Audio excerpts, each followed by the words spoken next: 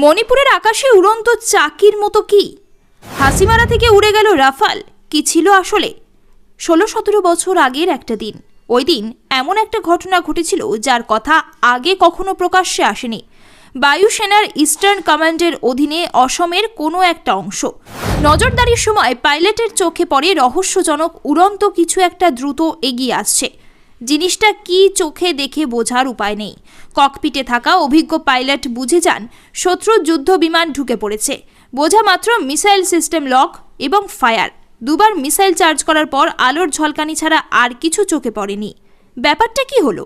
যুদ্ধ বিমান বা অ্যানম্যান্ড কোনো ড্রোন হলে কিছু একটা ঘটতো, কিন্তু কিছুই তো হলো না। ব্যাপারটা ভাবতে ভাবতে ফিরে যান পাইলট এবং রিপোর্ট করেন। রিপোর্টে লেখেন, ভারতের আকাশে আনআইডেন্টিফাইড ফ্লাইং অবজেক্ট বা ইউএফও ঢুকে পড়েছিল। হয়তো শত্রুর পাঠানো বা হয়তো ভিন গ্রহের বাসিন্দাদের। আমি সেটাকেই যুদ্ধ বিমান ভেবে মিসাইল চার্জ করি। সেই প্রথম ইউএফওর সঙ্গে ভারতীয় বায়ুসেনার টক্কর। বায়ুসেনার তদন্তে উঠে আসে ইউএফও নয়, অরোরা বোরিওলিস বা মেরুপ্রভার দেখে বিভ্রান্ত হয়েছিলেন পাইলট।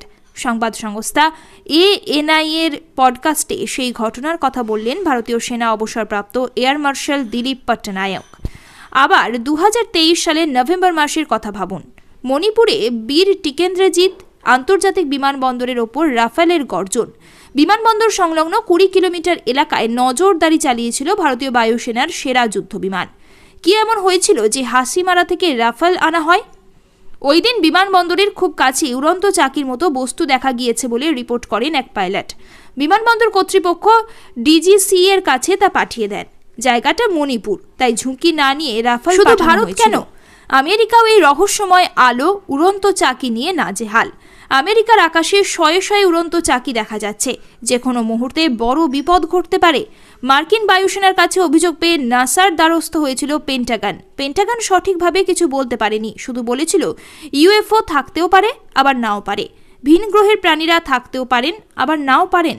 সেই রিপোর্ট জমা করে নাসার ডিরেক্টর বলেছিলেন, আমি মনে করি ভিন গ্রহীরা আছে, ইউএফও আছে, খালি আমরা প্রমাণ পাচ্ছি না। ভারতের বায়ুসেনার অবসরপ্রাপ্ত এয়ার মার্শাল বলছেন যে ইউএফও বলে কিছু নেই। বিজ্ঞানে যার প্রমাণ তা নিয়ে হইচইয়ের মানে নেই।